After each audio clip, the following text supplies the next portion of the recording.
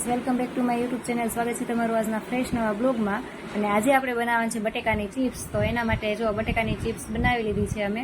અત્યારે પાણીમાં અમે પલાળ્યા છે, એટલે બટેટા કાળા ન પડે એટલા માટે. સાનવી પણ બેસી ગઈ છે અને બપોરના 3 વાગે અમે બટેકાની ચિપ્સ બનાવવા બેઠા છીએ. તો એને આ રીતના આપણે પહેલાં ગરમ પાણીમાં નાખવાની છે ચિપ્સને. ઠંડા પાણીથી ધોઈ લેવાની છે. ગરમ પાણી ઉકળવા મૂકી દીધું હતું મેં. એની અંદર મીઠું પણ નાખી દીધું છે થોડુંક.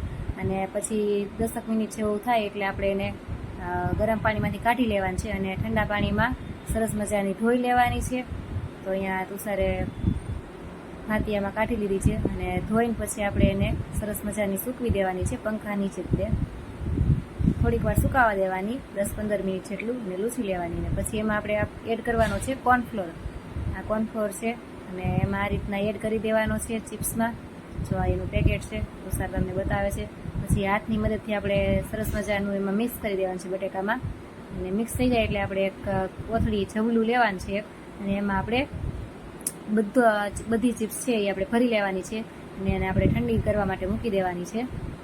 અને આ તમે સ્ટોર પણ કરી શકો છો. અને તમે 5 થી 6 દિવસ રાખી પણ શકો છો. પછી જ્યારે તમારે ગરમ ગરમ ખાવી હોય ત્યારે તમે એને કાઢીને તળી પણ શકો છો. એટલે આપણે ઇન્સ્ટન્ટલી બની જાય. તો હવે વાગી ગયા છે સાંજના 7 ને ચિપ્સ કાઢી લીધી છે ફ્રીજમાંથી.